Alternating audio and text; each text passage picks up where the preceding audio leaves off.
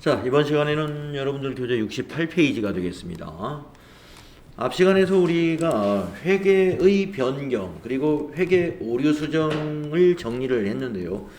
회계 오류 수정에 중대하지 않은 오류의 수정까지 설명을 드렸어요. 그래서 회계 오류 수정에서 중대하지 않은 오류의 수정은 요약하면은 이렇습니다.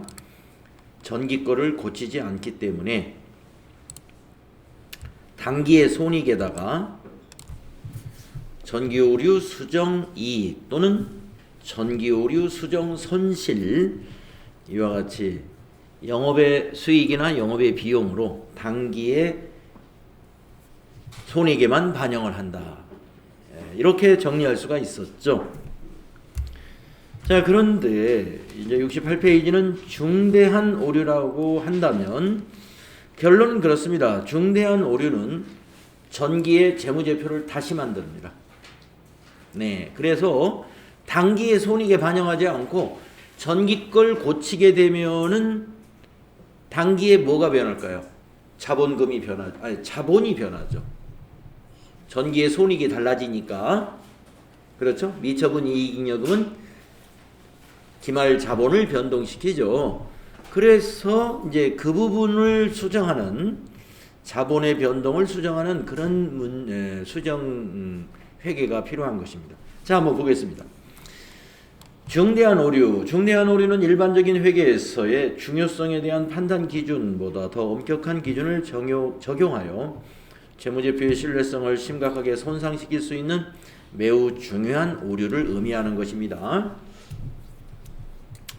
중대한 오류의 경우에는 소급법을 적용한다. 네, 우리가 이 소급법이 또 어디서 설명이 나왔었냐면 앞에서 회계의 변경에서 정책의 변경은 소급법, 그리고 추정의 변경은 전진법으로 수정합니다. 그랬죠? 그리고 그러하듯이 회계 오류에서도 중대한 오류는 소급법을 적용한다 하는 말은 뭐냐면은 전기 거부터 고친다. 오류가 있었던 회계연도 거를 고쳐야 된다. 그 말은 뭐냐면 그 해의 재무제표를 다시 만들어야 된다는 얘기. 이와 같이 소급법 적용을 중대한 오류의 경우로 한정하는 이유는 모든 오류 수정의 회계 처리에 소급법을 적용하게 된다면 재무제표를 빈번하게 재작성하게 됨에 따라 재무제표 신뢰성이 훼손시킬 수 있기 때문에 그런 것입니다. 전기 또는 그 이전의 기간에 발생한 중대한 오류의 수정을 위해 전기 또는 그 이전 기간의 재무제표를 재작성하는 경우에 각각의 회계기간에 발생한 중대한 오류의 수정 금액을 해당 기간의 재무제표에 반영한다. 그러니까 오류가 있었던 해의 재무제표를 다시 만든다 이런 얘기입니다. 비교 재무제표에 보고된 최초 회계기간 이전에 발생한 중대한 오류의 수정에 대하여는 당해 최초 회계년도의 자산 부채 및 자본의 기초금액에 반영한다. 또한 전기 또는 그 이전 기간과 관련된 기타 재무정보도 재작성합니다. 자, 앞 시간에서 우리가 만들었던 사례로 들었던 그 사례와 똑같은 사례입니다. 그런데 이것을 중대한 오류라고 가정해보자 이거예요. 이것은 중대한 오류. 자, 그러니까 앞에서 우리가 예를 들었던 것이, 앞 시간에서 예를 들었던 것이 뭐냐면은 유형자산 900원을 취득을 했는데 이것을 수선비로 잘못 처리했다는 것이었죠. 그래서 잘못 처리한 회계가 이거였단 말이에요. 비용 발생 900원. 그런데 원래 올바로 했다면 이렇게 해야 되죠. 비용 발생은 300원이어야 됩니다. 자, 900원짜리 유형자산은 내용 연수가 3년이고 정액법으로 감가상각을 한다고 했을 때 전기의 비용은 300원이어야 돼요. 그런데 900원으로 잘못 처리했습니다. 그것이 손익의 변화를 손익의 차이를 가져왔죠. 그리고 이제 자산의 증가가 없었다는 것이죠. 이렇게 되면 자, 그래서 이것을 수정을 하게 된다면 수정을 하게 된다면 이렇게 수정을 한다 이겁니다. 자, 전기 거를 다시 작성했잖아요. 그러면은 단기에 이제 유형자산 900원 증가시키고요. 대변의 감가상각 누계액 300원 회계 처리한 다음에, 자, 이거는 단기의 손익에 반영이 안 되죠. 원래 유형자산은 전기의 유형자산으로 잡은 것이 차기로 그냥 2월 되는 것이기 때문에 단기의 손익에 영향이 없는 것이죠. 감가상각 누계 역시 마찬가지고. 자, 그 다음에 이제 이 부분입니다. 우리가 중대하지 않은 오류의 경우는 우리가 전기 오류 수정 이익이라고 하는 영업의 수익으로 봤잖아요. 그런데 전기 오류 수정 이익 대신에, 이거는 지금 참고로 써놓은 거예요. 전기 오류 수정 이익 대신에 이익 잉여금의 증가로 표시하게 된다는 것이죠. 이익 잉여금. 왜냐하면 전기분 손익계산서가 다시 만들어지면서 전기분 재무상태표의 이익 잉여금이 600원이 수정이 됩니다. 추가가 되죠. 그래서 이익 잉여금을 600원을 증가시키는 수정을 하게 된다는 얘기입니다. 그리고 기말에, 단기 기말에는 감가상각비 300원 분계를 이와 같이 해주면 되는 거예요. 자, 그래서 핵심적인 건 이렇습니다. 수정하는 방법에서 이익잉여금의 증가나 감소로 수정을 하는지, 아니면 영업의 수익이나 영업의 비용으로 단기의 수익이나 비용으로 수정을 하는지, 이거에 따라서 중대하지 않은 오류는 이렇게 수정이 되는 것이고요. 중대한 오류는 이와 같이 수정이 된다. 전기 오류 수정 부분이 이익잉여금의 변동으로 수정이 된다. 이렇게 기억해 주시면 되겠습니다. 자, 이렇게 해서 우리가 회계의 변경과 오류의 수정에 대해서 정리를 했습니다. 자, 다음 페이지 보시면은 내부 통제 제도와 내부 회계 관리 제도 내용이 있는데, 내부 통제 제도, 내부 회계 관리 제도, 우리 FAT 1급에서 한 문제씩 이론에서 나오지 않습니까? TAT 2급에서도 한 문제 나올 수가 있어요. 한 문제. 자, 그래서 내부 통제 제도 여러분 정리할 때 내부 통제 제도의 목적, 이거 아주 출제 많이 된다라고 하면서 우리 외웠잖아요. 마찬가지로 이건 알고 계셔야죠. 내부 통제 제도의 목적에는 세 가지가 있습니다. 그래서 기업 운영의 효율성 및 효과성을 확보하는 목적이 첫 번째 목적이고요. 두 번째, 재무정보의 신뢰성을 확보하는 것이 내부 통제 제도의 목적이고요. 그다음에 세 번째, 관련 법규와 정책의 준수가 세 번째 목적이다. 그래서 이제 우리 과거에 출제된 문제들을 보면은 내부 통제 제도의 목적을 가지고 시험 문제에 나온 것을 보면은 내부 통제 제도의 목적이 아닌 것은 이렇게 질문하는 문제가 꽤 많았어요. 그래서 이 1, 2, 3번 보기 외에 하나가 더 들어가는 것이 보통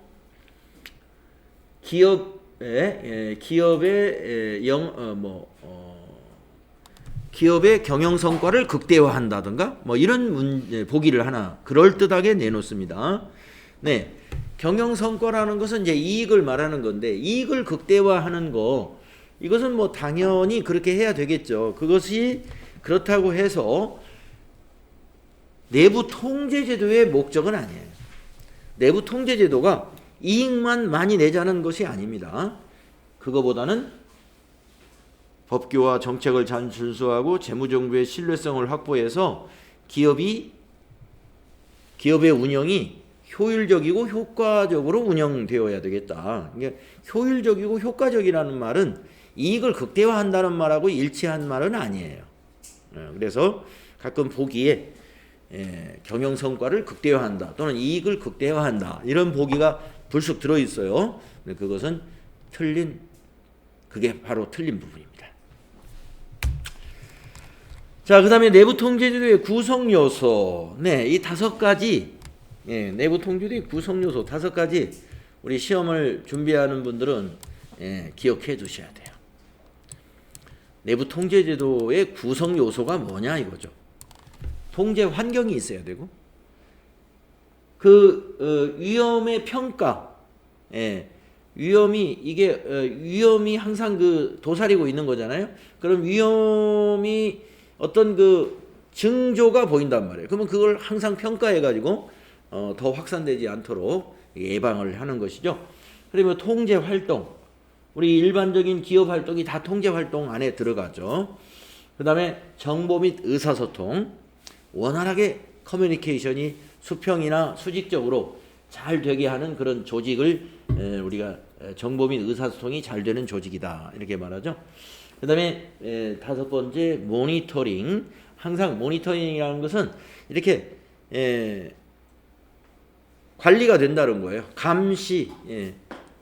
감시가 필요하다는 것이죠. 자, 그래서 요 내부 통제도의 구성 요소 5가지 요소를 또 기억을 해 두셔야 됩니다. 그 다음에 이제 내부 통제 제도의 한계에서 말입니다. 내부 통제 제도의 한계에서 이런 보기가 많이 나오죠. 모든 위험을 완벽하게 통제할 수 없다 하지 않고 있다, 이런 보기 잘 나옵니다. 이 한계를 우리가 뭐라고 그래요? 이 한계가 있다는 것은 내부 통제 제도가 아무리 잘 계획되어 있고 아주 그 탁월한 인재들이 운영을 한다 하더라도 모든 위험을 완벽하게 통제할 수는 없다고 봐야 돼요. 그게 한계라는 거예요. 그게 한계. 그러니까 이제 여러분들이 잘 뭐 뉴스 같은 걸 보면은 뭐 생각지도 못한 일들이 쾅쾅 터지잖아요. 지금 우리나라 주식시장이 엊그제 뭐 무슨 뉴스 보니까 어떤 회사에서 어떤 사람 한 사람이 1,000매독인가를 횡령했더라고요. 대단한 일이에요. 직원 한 명이 이거 뭐 1,000만 원도 아니고 1,000매독을 횡령할 때까지 다른 사람들은 뭐 한 거죠? 그 기업이 이렇게 허술하지 않을 텐데 와, 어떻게 회사 내에서 그런 일이 일어날 수 있을까? 일어날 수 있는 것입니다. 그러니까 사람은 이렇게 방심할 수가 있어요. 어떤 사람을 믿어버리면은 그 사람은 절대 그런 일을 안 하겠지 하고 감시를 소홀히 할 수도 있죠. 서로 견제를 안 할 수도 있고, 그러다 보면 그 사람은 그냥 안심하고 그렇게 그런 큰 행령을 할 수가 있는 것이죠. 자, 그래서 우리가 이제 이거 이제 문제를 다룰 때 내부 통제 제도의 효과는 이제 앞에서 목적과 마찬가지가 되겠고요. 한계가 있다는 것을 우리가 알아야 되는데 가끔 보기에서 모든 위험을 완벽하게 통제할 수 있다. 잘 설계된 내부 통제 제도는 모든 위험을 완벽하게 통제할 수 있다 하면은 꼭 맞는 것처럼 느껴지잖아요. 그게 안 맞아요. 한계가 있다는 걸 우리가 알아야 되죠. 자, 그 다음에 이제 내부 회계관리 제도를 같이 내부 통제 제도하고 연관지어서 문제를 냅니다. 자, 우리가 내부라는 거는 기업의 내부를 말하는 거잖아요. 기업 내부에는 회계라는 기능만 있는 게 아니고 총무, 인사, 구매, 영업, 뭐 또 뭐도 있나요? 뭐 연구개발도 있고 생산도 있고 굉장히 많은 기능들이 있는 것이죠. 그러니까 내부 통제제도 안에 회계라고 하는 관리는 하나의 그 내부 통제제도 안에 속해 있는 제도입니다. 그러니까 가끔 보기에서 내부 회계관리제도는 내부 통제제도를 포함한다 이렇게 앞뒤를 바꿔놓는 경우가 있어요. 그거 틀린 보기예요. 기출문제나 보면은 그런 보기로 출제한 문제들이 꽤 있었습니다. 내부 회계관리제도는 내부 통제제도를 포함한다? 아니다. 거꾸로 말해야 돼요. 내부 통제제도가 내부 회계관리제도, 내부 인사관리제도, 내부 구매관리제도 이런 것을 포함하는 거예요. 그거 알아두시고 그러면 내부 회계관리제도의 기능이 뭐냐? 기능. 여기 두 가지 중요한 기능이 있습니다. 자산보호 관련된 통제. 우리가 회계관리제도의 회계 업무 중에 보면은 우리 재무제표에 표시하는 여러 가지 자산들이 있잖아요. 기말 뭐 제품 재고액, 기말 원재료 재고액 이런 것들을 이제 그 보고를 하게 되는데 그러한 자산에 대해서 우리가 그 숫자로 표시하는 것이 회계잖아요. 그러면 그것이 실제 보관되어 있는 거 실물과 장부가 일치하는지 확인할 의무가 있어요. 그러니까 우리가 이제 실물 자산 재고 조사를 그 창고를 관리하는 부서라든가 거기에서 직접 하겠습니다만은 회계에서도 해야 된다는 얘기입니다.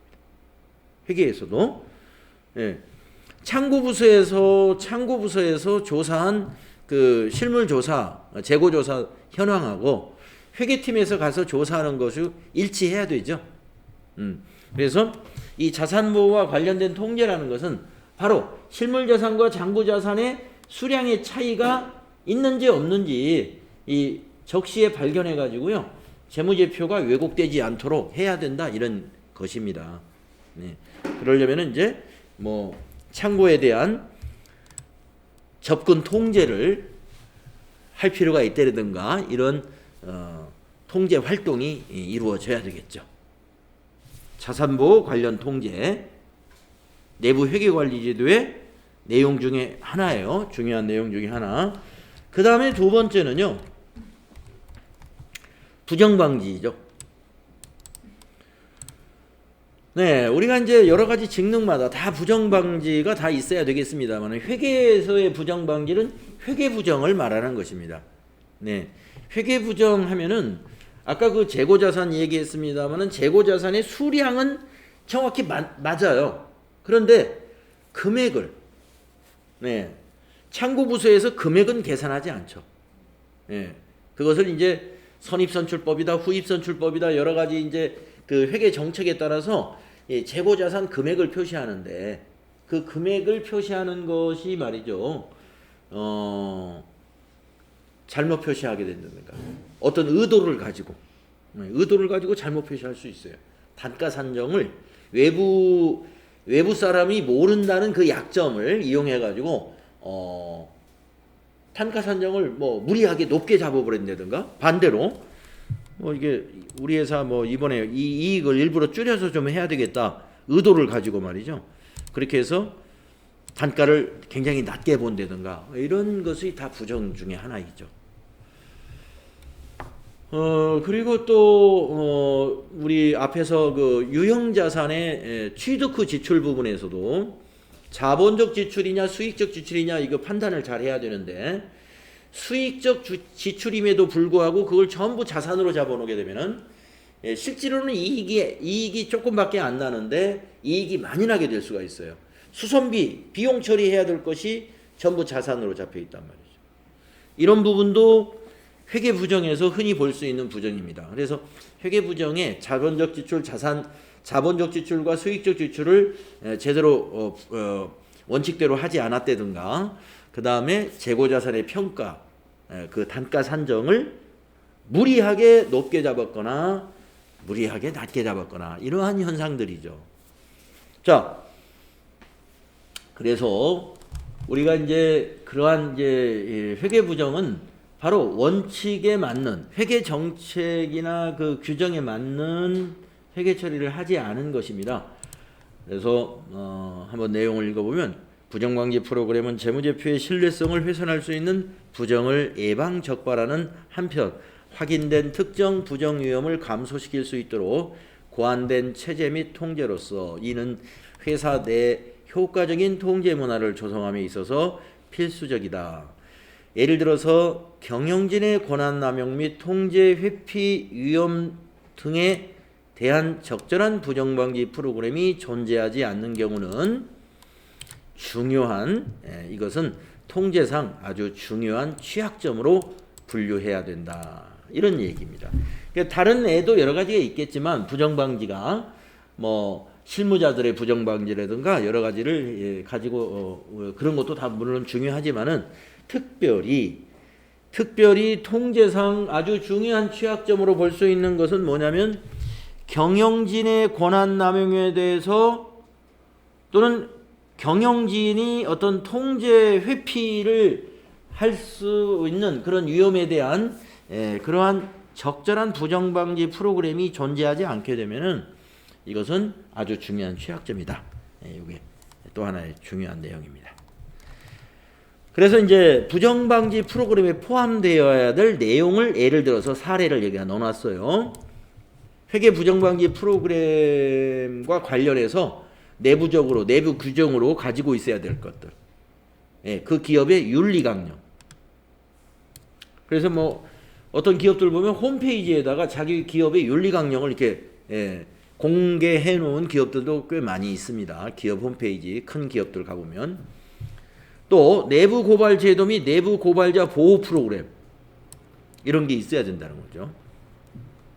그리고 종업원의 채용 기준이라든가 인사 규정 이런 것들이 잘 오픈되어 있어야 되고, 또 부정 적발 또는 혐의 발견 시 처리 절차 이런 내부 규정이 있어야 되고, 이사회와 감사의 감독위원회가 있어야 되고, 그 다음에 부정 위험 평가 및 이를 관리하기 위한 통제 활동이 앞에서 이제 통제 활동이 있었죠.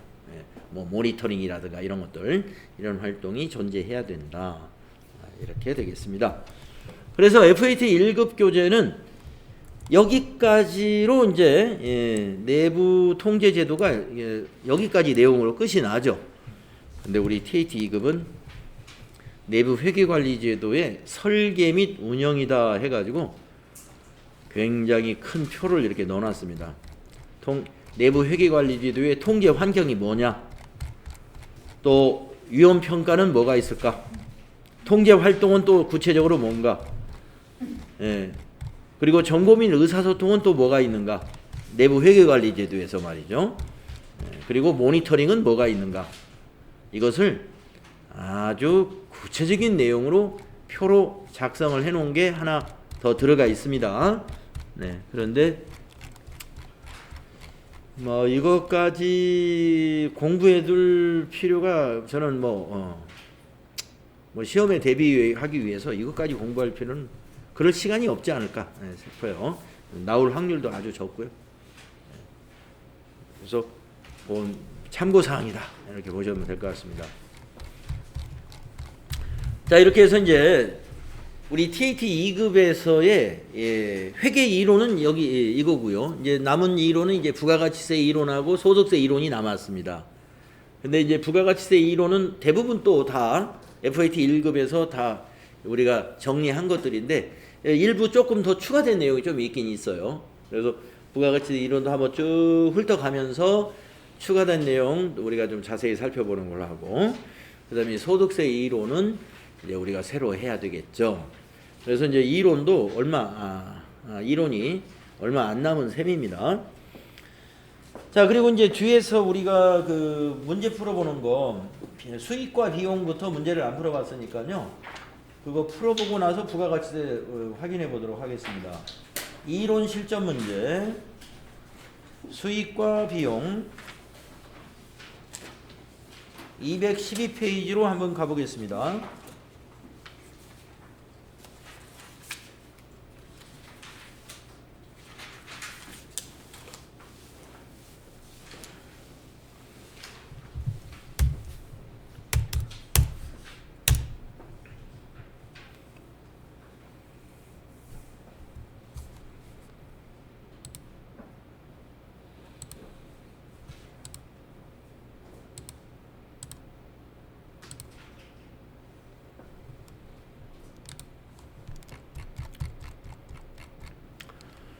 자, 수익과 비용.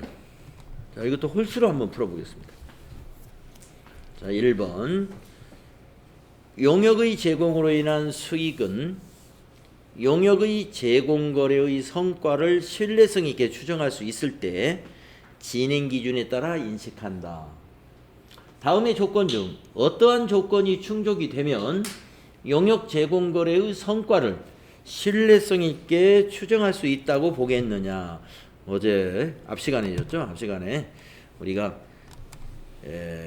재화의 수익 인식에 관한 조건에서 재화의 공급의 수익 인식 조건, 또 용역의 공급의 수익 인식 조건이다라는 것을 우리가 정리했는데요. 바로 용역의 공급의 경우에 어떠한 조건이 충족되면은 우리가 신뢰성 있게 수익을 측정했다라고 볼 수 있겠느냐 하는 것입니다. 자, 가번 보겠습니다. 거래 전체의 수익 금액을 신뢰성 있게 측정할 수 있다. 예, 이거 포함돼야죠. 나번 경제적 효익의 유입 가능성이 매우 높아야 되죠. 이것도 해당되네요. 다번 진행률 신뢰성 있게 측정할 수 있어야 돼. 이것도 포함이 됩니다. 라번 이미 발생한 원가 및 거래의 완료를 위하여 앞으로 투입해야 할 원가를 신뢰성 있게 측정할 수 있다. 네, 이거는 이제 이미 발생한 원가하고 앞으로 투입해야 될 원가를 가지고 현재 그 진행률을 계산할 수 있죠. 이것도 그러면 해당이 되겠네요.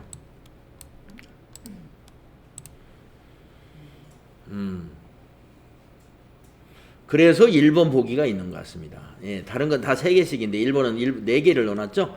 네, 1번이 답이다. 다 해당이 돼요. 우리 앞 시간에서 정리했던 용역의 공급에 관한 조건, 이게 다 해당되는 내용들입니다.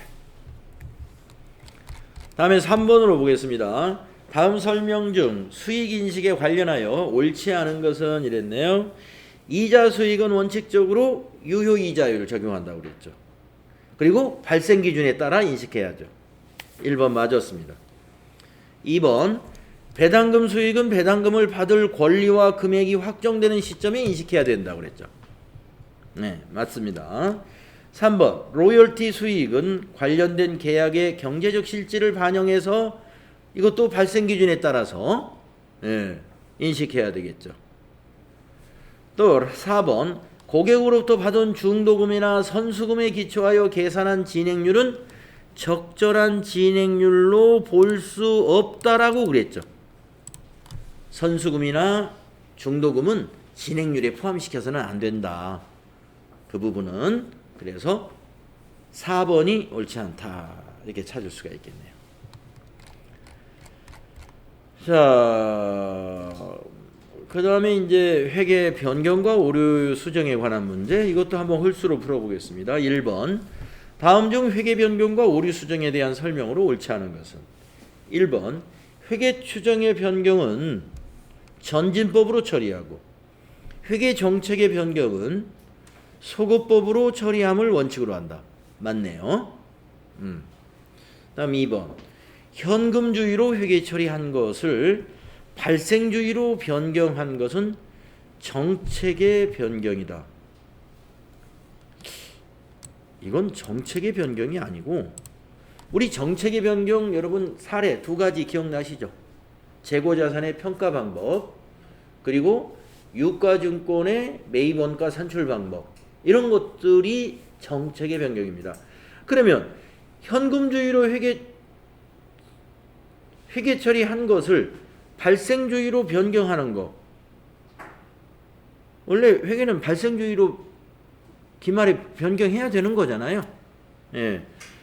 뭐 아무튼 이거는 정책의 변경은 아니고, 만약에 발생주의로 해야 되는데 현금주의로 했다든가 이런 것은 오류에 해당이 되는 겁니다. 만약 이런 것은 그러니까 좀 이 보기가 발생주의로 회계 처리한 것을 현금주의로 변경한 것이다. 뭐 이렇게 했다든가. 아무튼 이건 말이 안 돼요. 네. 다음에 3번 회계 정책의 변경 효과와 추정의 변경 효과로 구분이 불가능한 경우에는 추정의 변경으로 본다. 그렇게 되어 있습니다. 정책의 변경이냐, 이게 뭐냐면 정책의 변경으로 봐야 되느냐, 추정의 변경으로 봐야 되느냐, 그 효과에 대해서 구분이 불가능하다고 보면은 정책의 변경으로 보는 게 아니에요. 약한 걸로 보는 거예요. 약한 걸로. 추정의 변경으로 본다. 맞았습니다. 3번. 4번. 감가상각 대상 자산의 내용 연수의 변경. 회계 추정의 변경 맞죠? 네. 감가상각과 관련된 변경 사항은 추정의 변경이라고 말씀을 드렸죠. 그래서 2번이 확실히 틀렸네요. 자, 3번으로 가볼까요? 주식회사 한공은 21년 초에 주식 발행을 통해서 8만 원의 자금을 조달했다. 주식은 액면 발행되었으며 다음과 같이 분개했습니다. 네, 차입금이 아니군요. 예, 이걸 자본금으로 해야 되는 것이죠. 예, 여기에 오류가 있네요. 자, 그 다음에 그 밑에 주식회사 한공의 회계 담당자는 21년도 회계 기록을 마감하기 전에 위와 같은 오류를 발견했습니다. 이 오류를 수정하기 위한 분개로 옳은 것은 저 차입금 없애고 자본금으로 바꾸면 되지 않을까요?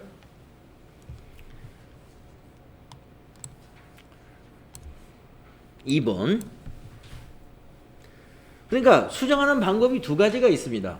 지금 요 2번과 같은 요 분개를 통해서 바꿀 수도 있고 수정할 수도 있고, 아니면 저 날짜가 뭐 예를 들어서 저 날짜가 뭐 몇 월 며칠이다 한다면 그 날짜에 전표 수정을 그냥 하면 되는 것이죠.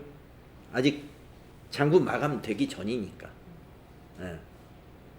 지금 오류를 마감하기 전에, 회계년도 마감하기 전에 발견했으니까 해당되는 전표 그냥 고치면 되는 것인데, 만약에 내부적으로 한번 모든 그 전표 입력한 것들이 그때 전자결제라든가 이런 결제 시스템을 통해서 이미 결제가 일어난 것은요, 바꾸면 안 됩니다.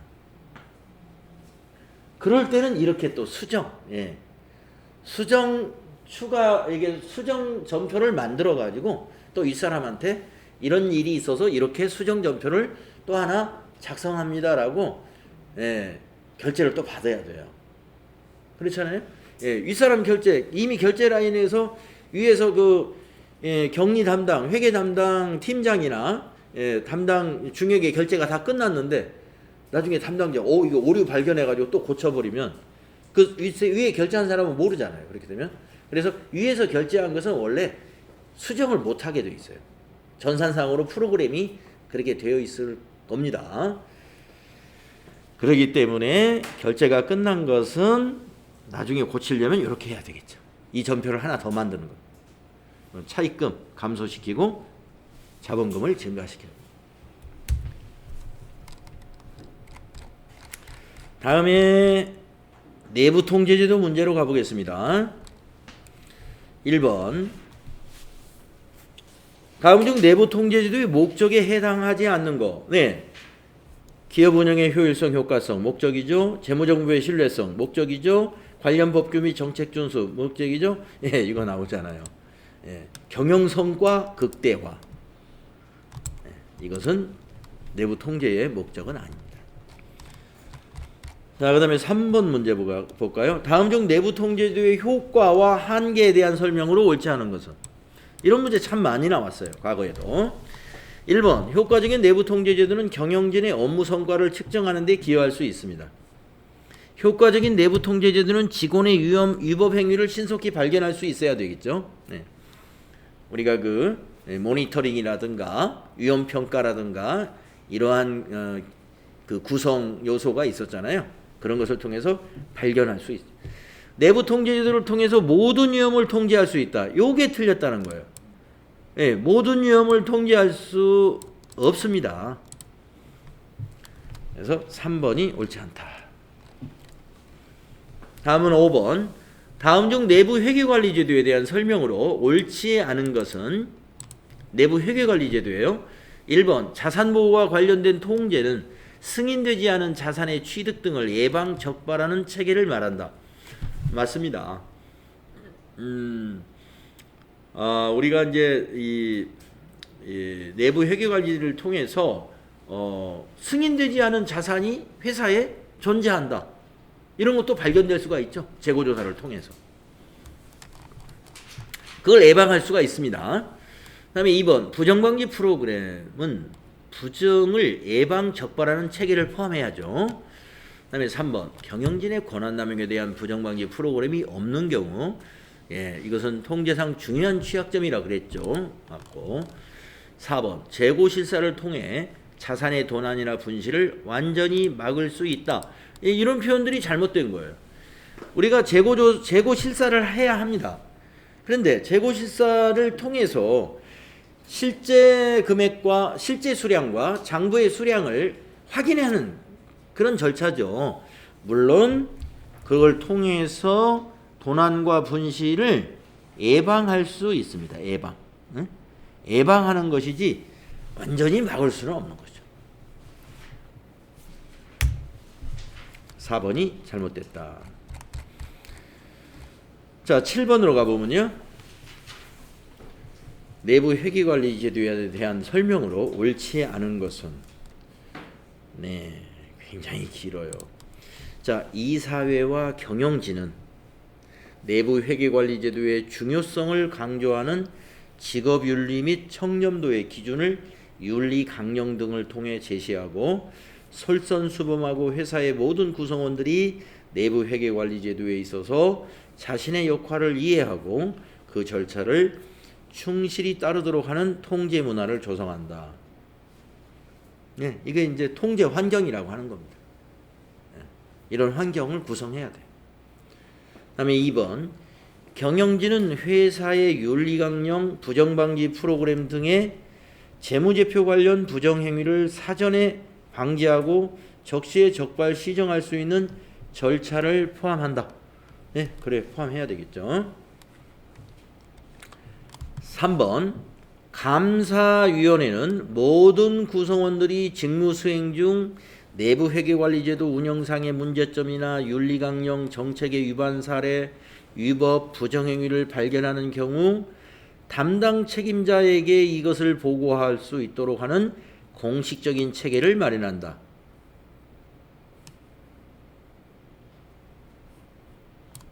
이거 좀 잘못된 거죠. 자, 감사위원회라 하는 것은요, 우리가 이 조직도에서 보면은 최고 경영자가 이제 위에 있고요.